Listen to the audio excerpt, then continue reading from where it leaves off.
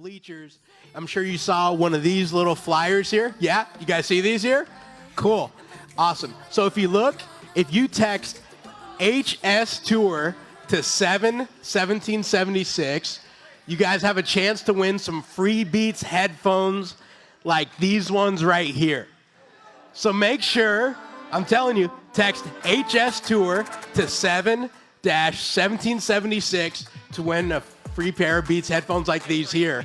We're also giving out free TPUSA merch and a gift card to another winner too. So make sure you text that number. We're gonna have 2 winners here. It's gonna be huge.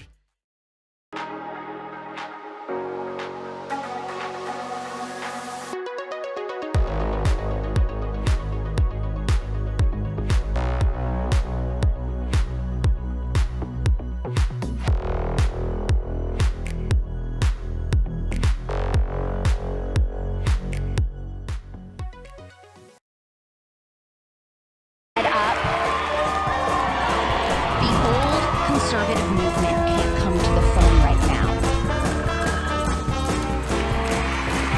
The same lie is being fed to women today, that you must be like a man to be successful. Modern feminism is literally the worst deal ever. I want out. The left, they couldn't fill up 2,500 women in a room because they can't tell you what a woman is. Men built the world, but women raised it. We are the ones who have decided that the old way of doing things is dead. We are not the same conservative women anymore. I'm thrilled to be back with a young, proud, and energetic patriots of Turning Point. 5,000 young conservative students in a room together saying, I love America. I'm willing to do something about it.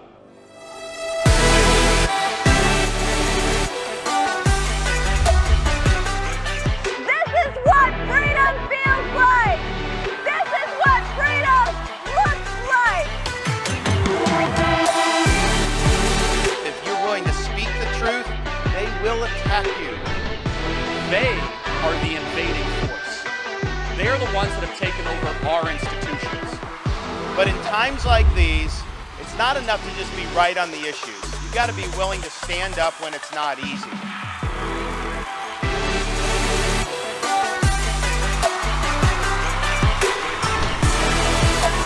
You are the generation that is going to stand up and save American freedom.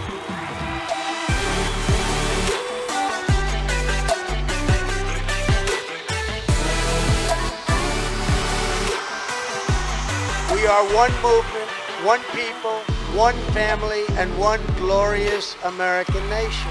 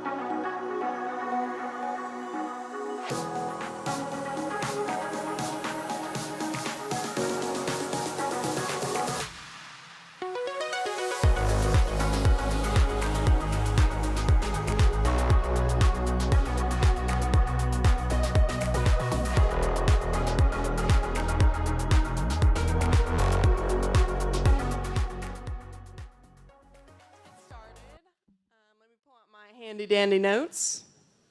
Alrighty. And first off, I want to thank a couple people that are here. I know you see some people in t-shirts. These are our awesome Turning Point staff that have come to help us with this event today, and we're super thankful to have them. And we want to thank you guys for coming out, so give yourself a pat on the back and a round of applause because you guys are great, and we're really thankful for the turnout today. Alrighty, and just to let you know, we also have our awesome regional coordinator here, Stormy. Can you wave your hand? She's been awesome in helping coordinate this event, helping our chapter presidents get to different events across the country, and she has been awesome. So just to let you know, we have a couple really awesome events coming up. You've got a flyer, girls.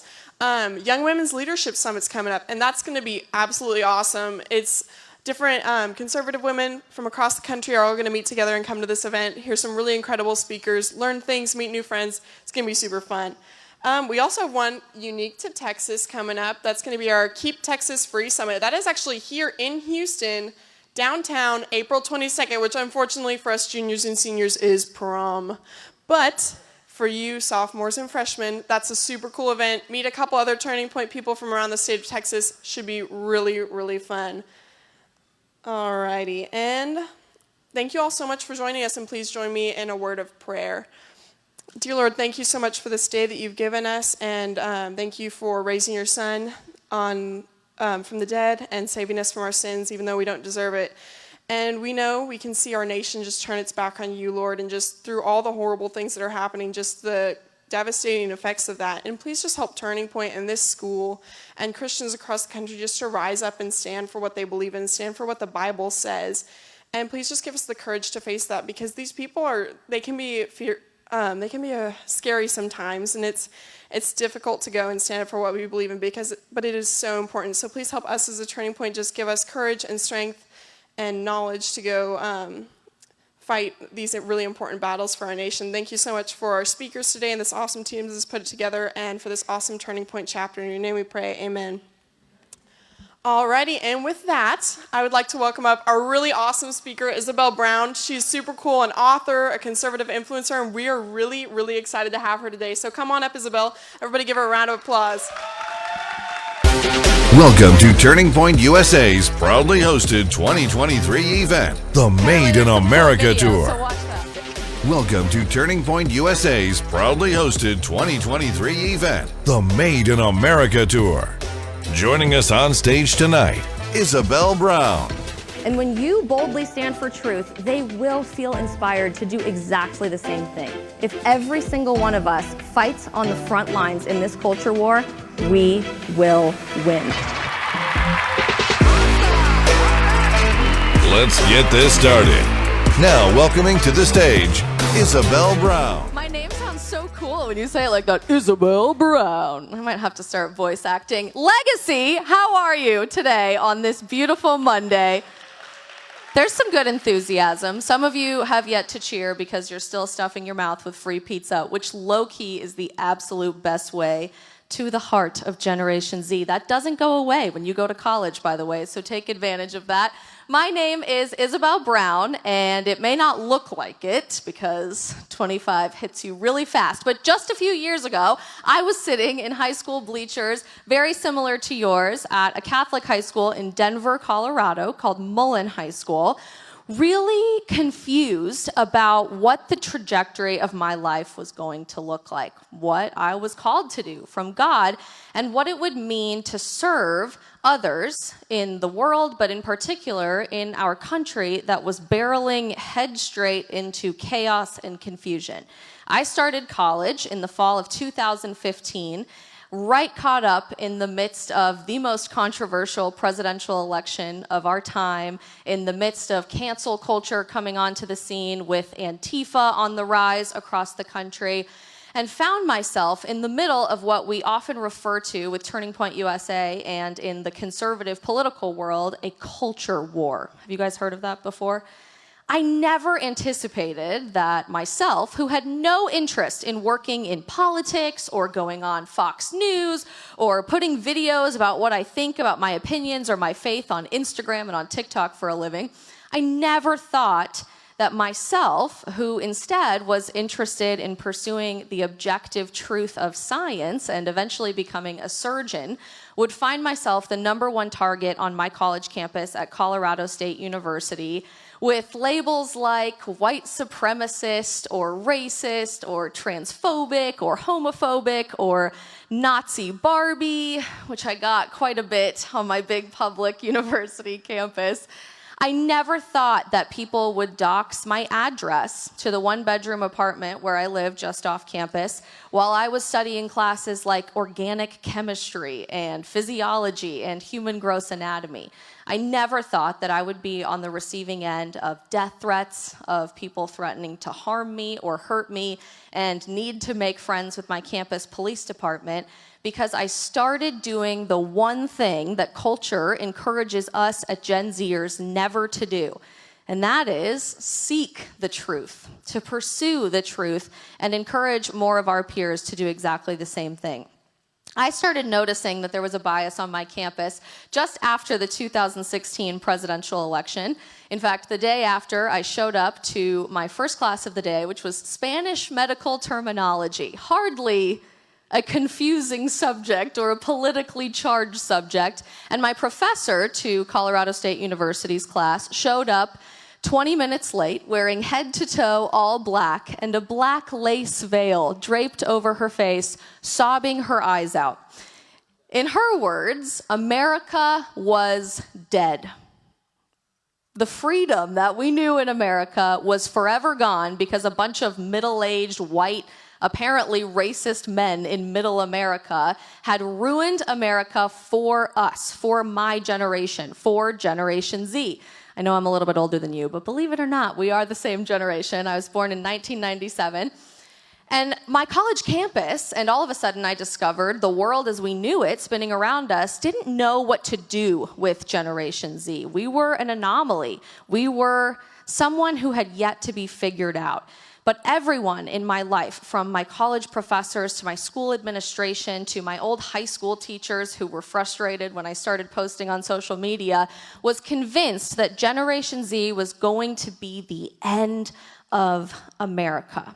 Of course, we know that that's not true, and I could spend hours and hours talking to you about all of the things that our generation is doing right. Unfortunately, we don't have a ton of time during your guys' lunch break, but this tour is the Made in America tour. You might not consider yourself particularly interested in politics or wanting to identify one side or the either with a political party or on the political spectrum. You might not really even care about how government works or American history or how you might fit into all of that. But I can tell you what you do care about, and that is culture. The culture that we experience each and every day that makes up our reality in America today. And what I love to remind people, our parents and grandparents' age, when I have the privilege of speaking to them across the country as a part of my job, is that reality and culture today in America looks fundamentally different from what it did for our parents when they were in high school, or your teachers when they were in high school, or even our grandparents when they were in their early and mid-20s figuring out what they wanted to do with the rest of their lives. The truth is today, in 2023 America, we live in the upside down. Any Stranger Things fans in the house? I'm seeing some nodding heads. How are we having to wait until 2025, by the way, for the next season? Blows my mind. We live in the upside down, similar to the Stranger Things universe, where up is down, and down is up, and right is left, and left is right, where men are women, and women are men.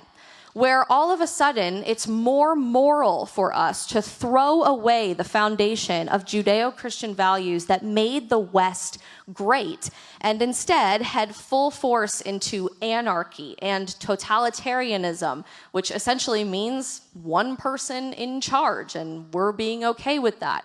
Even communism, which sounds so insane when you're thinking about this from the lens of your high school classes and your TPUSA history textbooks, but there are many, some would even say a majority today in America, who would prefer that everything we know about reality be upside down.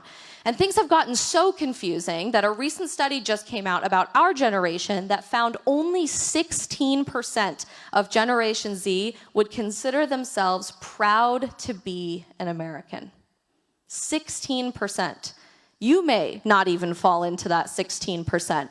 And honestly, it's hard to blame you because in America today, we don't like to admit it, but our culture has gone so far upside down that who we are as Christians, as proud Americans, as defenders of free speech and entrepreneurship and forging your own path to create your own American dream, that is the very definition of what it means to be countercultural. In America today, if you want to fit in, you'll agree that men are women and women are men. That a biological male can compete with women in NCAA swimming pools. That if you dare to say anything that is rooted in objective reality, you're bigoted, you are outdated, you're no longer welcome in American society. If you say that you want to get married when you're very young or have a lot of kids, you're really old school and have nothing to do with the culture of our generation or the values of our generation. If you dare to say you support freedom of speech, you are evil on most of America's college campuses and in our young 20s and young adult years. High school, and what you all are experiencing right now, is the very epicenter of this culture war that we are living in day by day, minute by minute in the United States. And it might not always feel like that when you're sitting in your classes here at Legacy Prep. You likely are very, very fortunate to have opportunities to speak your mind, to challenge your perspectives, to broaden your horizons, which is what education is supposed to be all about. And most of our peers, as we know, in high school and college, aren't getting that experience. They're becoming indoctrinated instead of educated. But high school, I think we all can admit, is really, really hard, right? I'm seeing some nodding heads. High school is tough, and I will be the first to admit to you, I hated high school. And that's hard to say because I think in America, we glorify the high school and college experience so much to be the best time of your life, right? You're gonna look back on this chapter and it's gonna be the best memories that you ever had. And that's not always true. In high school and in college, in the next several years of your life, it's likely that you are going to have every single one of your ideas and values challenged. You are going to have to answer for yourself what it means to be made in America, what it means to be an American, what it means to be a Christian, what it means to believe in objective truth, not just in your high school classrooms, but on your college campuses, in your first job, on your TikTok For You pages, and everywhere in between. The incredible thing is, even as the world only continues to get crazier, which we biblically believe is going to happen, Gen Z is courageously changing culture from the inside out, defying the odds of what it means to be made in America, and redefining the objective truth that we seem to value more than people give us credit for. We're doing that through education, because we're not just pursuing four-year degrees in underwater lesbian basket weaving, which many people think is a great use of our time and tuition dollars. We're doing that through dating by rejecting hookup culture and the lies that you need to be dating multiple people all at the same time in order to be fulfilled, and instead pursuing engagement and marriage and starting families. We're doing that through entrepreneurship and not climbing a silly corporate ladder that's going to not make us a lot of money and probably not make us very happy working in corporate America, but instead 62% of us as a generation are starting our own businesses and forging our own path. America, whether you believe it or not, needs your leadership right now at 14, 15, 16, 17, or 18 years old. Seniors, in particular, you as a young adult in America have so much more influence and impact than you imagine. And I want to take a few of your questions here in just a second, but I want to ask you a question first. Can you describe for me, feel free to just yell it out, what the people who wrote the Declaration of Independence looked like? Old. What else? White. What else? Men. Old white men. Ancient white men, right? Wrinkly, geriatric, sagging, powdered white wigs couldn't possibly be interested in culture or understand culture, old white men, right? And I think we think that because of the illustrations in our AP US history textbooks and the statues that we see in Washington, D.C., but in reality, on July 4th, 1776, our founding fathers and mothers, the people who built this crazy experiment we call America, the people who defined for the first place what it meant to be made in America, were your age, or just a little bit older than you. On July 4th, 1776, James Monroe was 18 years old. Aaron Burr was 20. John Marshall was 20. Before becoming the absolute star of a Broadway smash hit musical. Alexander Hamilton was only 21 years old on July 4th, 1776. Betsy Ross, who so famously created our flag, was 24. James Madison was 25. Thomas Jefferson, who wrote the Declaration of Independence, was only 33 years old on July 4th, 1776. There are going to be countless people in your life who tell you that you're too young or don't have enough life experience to shape what it means to be made in America, to impact American culture, and to courageously run after the pursuit of objective truth. But even before America was a country, even before we had founding documents, our nation has always relied on people our age, your age, some even younger than you, courageously speaking up for truth and liberty. And the same applies to each one of us today. I want to take as many of your questions as possible and maximize our time. So if you have some questions, I don't know if we have a mic. Beautiful. Right down here in the front. No question is off limits. We can talk about whatever you guys want. But I remember high school was a time where it feels awkward to ask all of the questions you really want to. So I'm going to just say it up front. Anything is on the table. Ask away. Anything. Truly. How about one of these courageous young men? Somebody want to go first? Okay. Give it a second. I got a question, Isabel. Just a quick one. So I was reading an article from Washington Post, and it said a majority of Gen Zers would rather not drive. Like, they don't care if they get their driver's license or not. Yeah. Why do you think that is? You know, I don't know. I haven't seen that one. I'll tell you guys something I'm not really publicly telling the world right now. I'm writing a book about Gen Z and culture and politics and what that's all going to mean in the future. We are a very headstrong, independent generation, and I don't know why we would not want to drive. You would think that would take away our independence, and we're doing everything to hold on to that. So send me that article. I'll research it. Do you guys drive? Do you like driving? I loved driving when I was in high school, so I don't know why we wouldn't do that.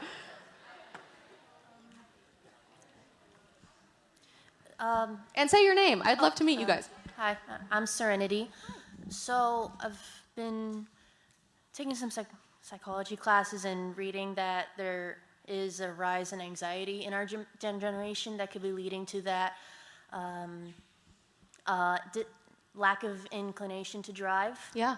And just the anxiety of so much that happens. I know I have relatives. So my cousin is not comfortable with driving fully, or has in the past been afraid to drive, and yeah, it's just the anxiety is higher than it has been in decades. That's actually not even just isolated to anxiety, and I'm really glad you brought up the mental health crisis that we're all dealing with. Thank you for that perspective on driving. Generally, with regard to that, I will just say, if you guys at all are struggling at home with anxiety, with depression, with anything more seriously than that, that's not abnormal. In high school, it is the most tempting thing in the entire world to think that it's only you going through anything that you're going through, being lonely, being anxious, being depressed, being confused about what you want to do with your life, having a crisis of faith. In reality, any one of us who work for Turning Point, we're all young, fun people. God, I may just sound 100 there. Sorry, everybody. But we can tell you when we were in high school, every single one of us dealt with those things too. So know that you are never alone. And there are always people who are sharing those experiences with you. We're doing everything we can on the content creation side of things with my friends that I work with to end suicide within Gen Z. There's a whole campaign going on right now that Gen Z will be suicide-free, and to combat the mental health crisis any way we can. So I'm always a resource if you guys need me. Okay. Hi, I'm Aubrey. What can we do as high schoolers to make a difference in politics and to our peers around us? Great question. Raise your hand if you think genuinely you will make zero difference at all in American politics as one person. It's a pretty common feeling, and I used to feel exactly the same way. Gen Z, though, is already the driving force of what the future of politics is going to look like in America.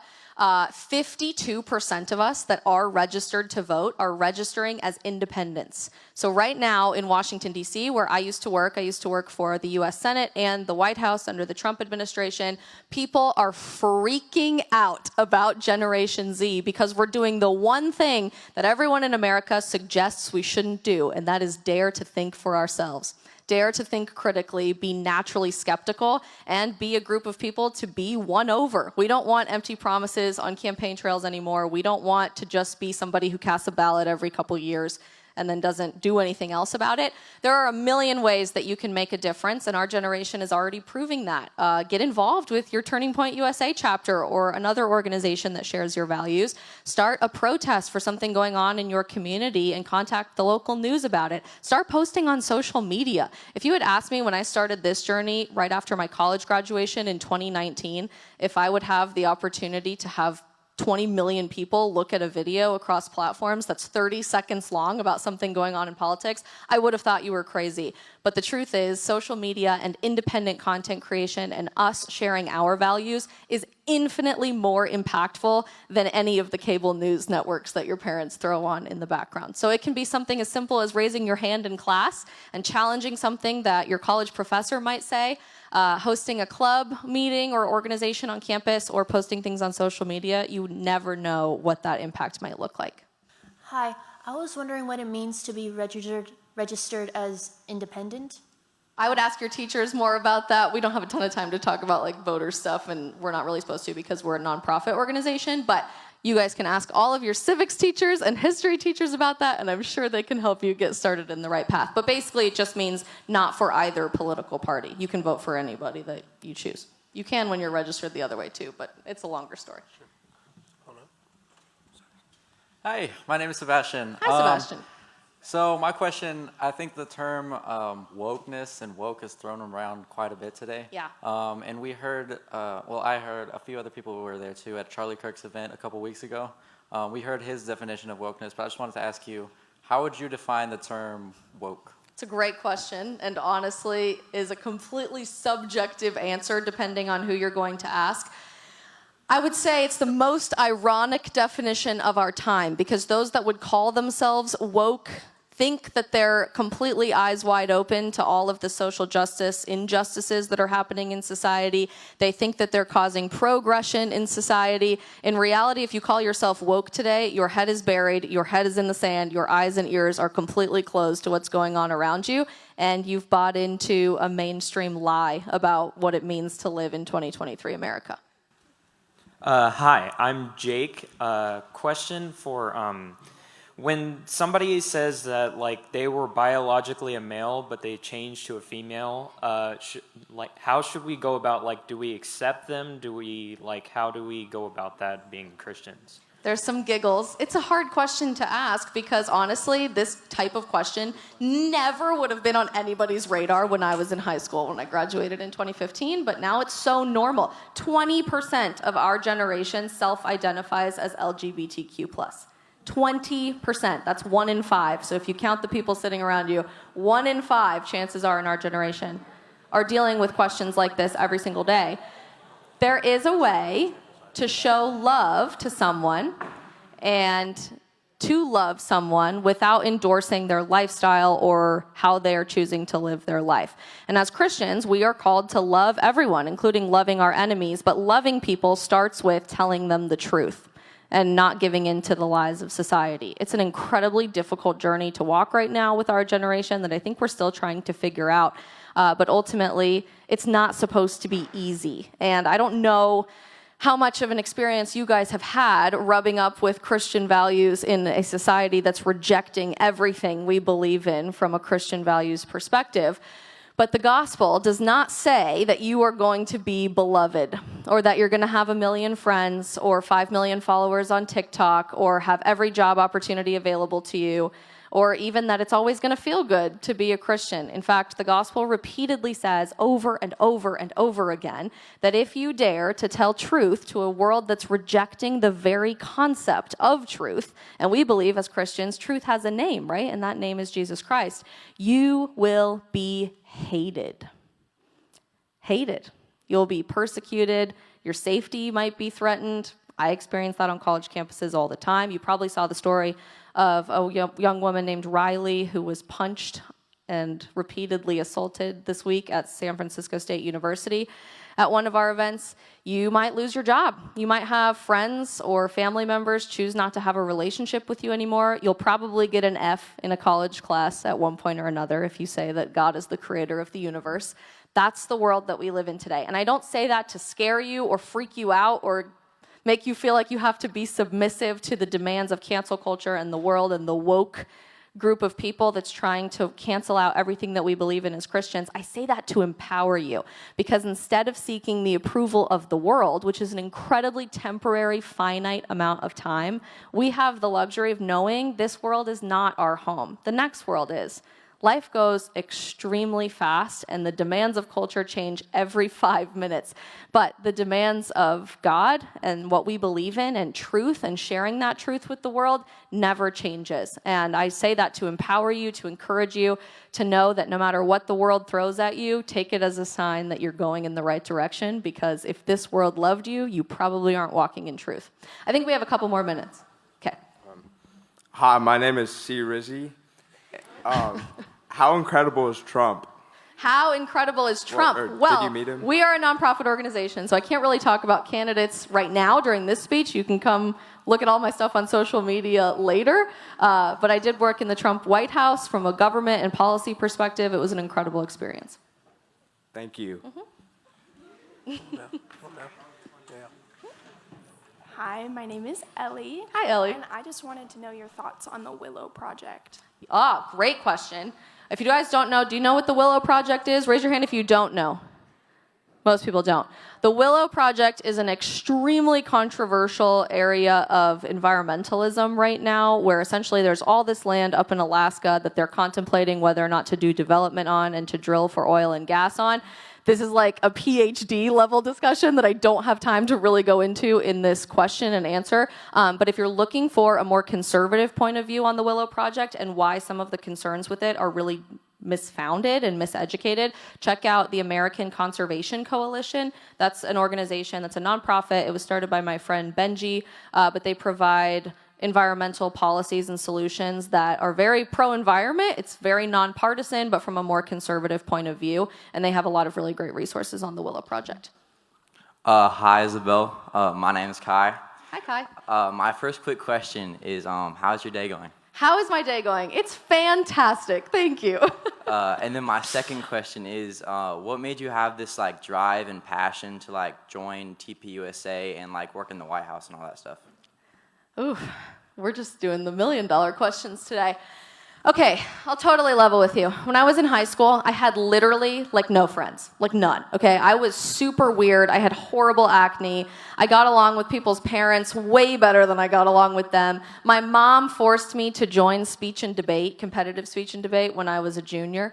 And I already had no friends, so it was really, really embarrassing that my mom was forcing me to show up to a random high school cafeteria and wear a suit and practice all of these speeches about Cambodian rice production and its impact on global GDP or the Constitution and all of these random things that no people my age were talking about. And I learned and discovered about 3 weeks into speech and debate that if I really tried, I could probably be pretty good at it. And it ended up being my absolute favorite thing that I did in high school, and it taught me and forced me to have to research 360 degrees of any issue. I had to understand both perspectives, both sides, and be able to defend them because I never knew what I was going to have to defend until I got into a debate round and was told what side I would have to pick. And I ended up going to nationals a few times for speech and debate for the state of Colorado and was always personally interested in politics but didn't want to pursue it as a career. Basically, long story short, I literally wrote a book about my college experience that talks about why I got into all of this. It's called Frontlines if you want to check it out.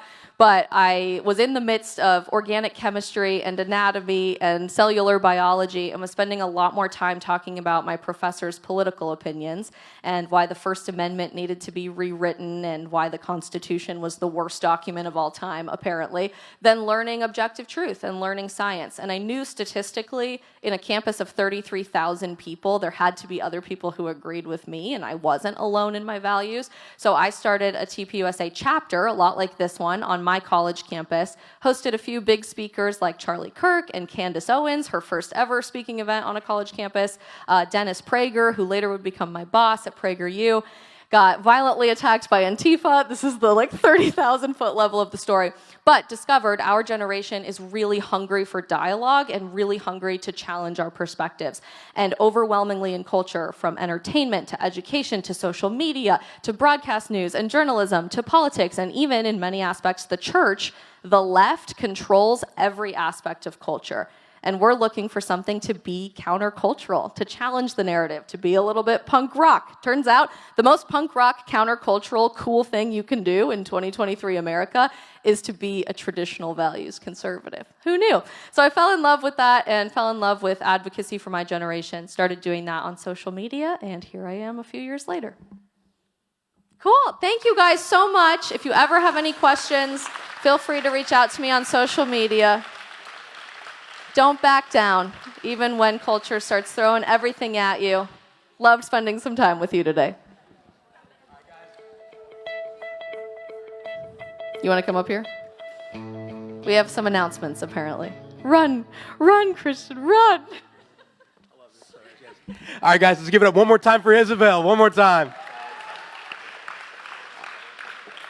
Awesome. Thanks so much. So again, guys, one more time, make sure you text HS Tour to 7-1776 for a shot to win some Beats headphones.